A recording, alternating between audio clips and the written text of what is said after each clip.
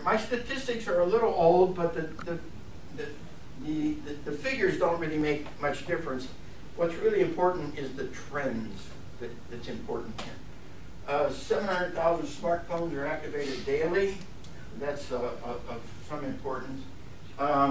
This is interesting here. By 2015, more people will access the internet through a mobile device than through a PC. Isn't that interesting?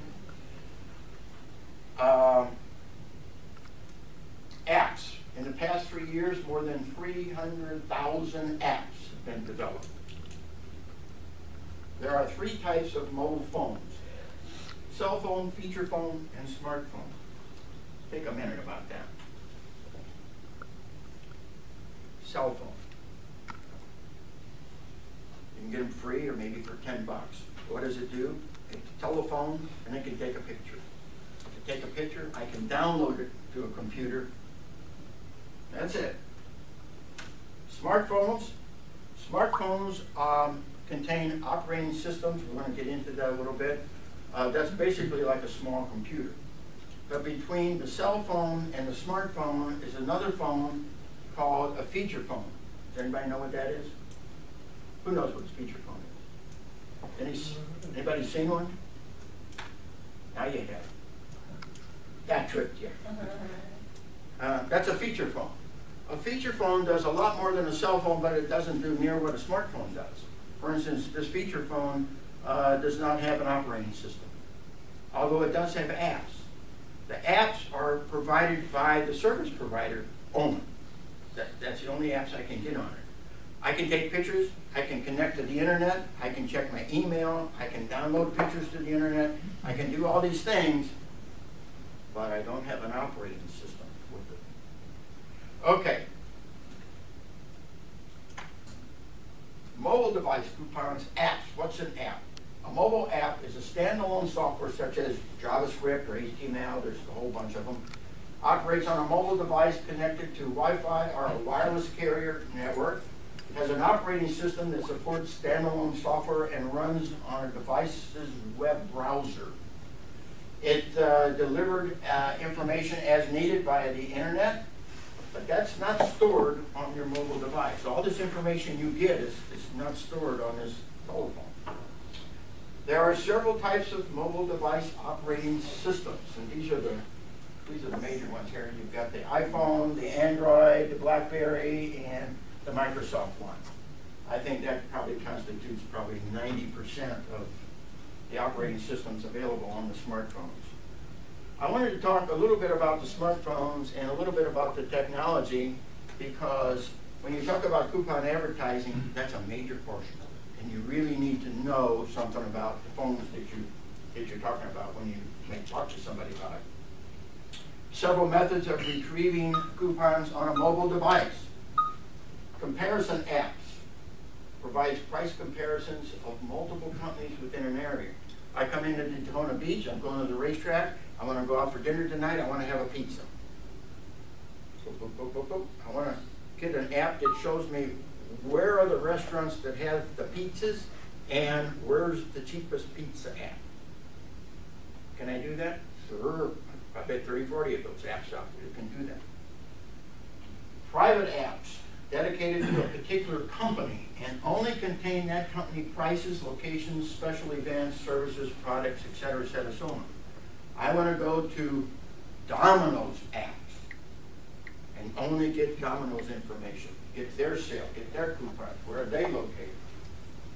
A third method is to store a direct link address in the browser of the smartphone, which, when selected, immediately produces the coupons of that address.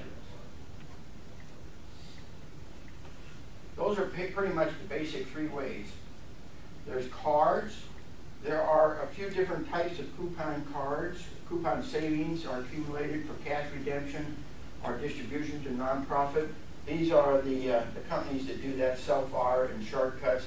These are companies where you can sign up and you can go into Publix and you can use their card and everything, and the coupon savings go on the card, and then you can download the card to a nonprofit organization and give them the savings. That's what that amounts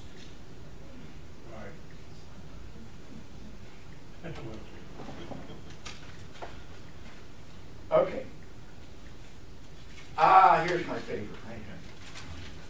This again is one of our slides. Major distribution summary. What did we talk about? Well, we talked about social media, a little bit about Facebook, Twitter, putting coupons on there. We talked about the websites. We talked about email distribution. We talked about smartphones. We talked about newsletters. We talked about tablets.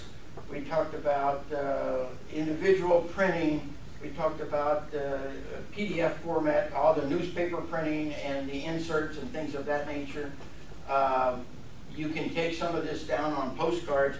The auto body places, the body shops, the auto repair, the tire stores and what have you, they use a lot of this because they mail out postcards, which is basically a coupon.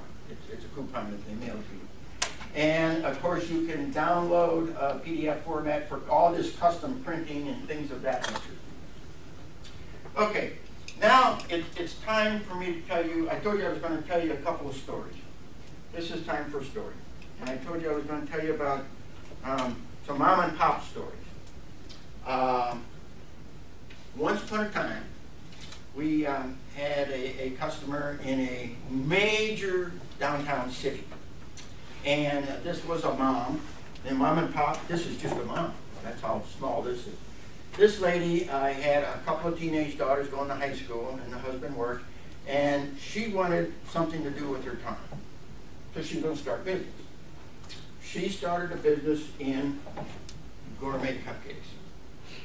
So she started, in her garage, what have you, neighborhood, built it up, got it to a point where it could sustain itself to a very, very small location. So she rented a very teeny tiny location in a downtown of a major metropolitan area.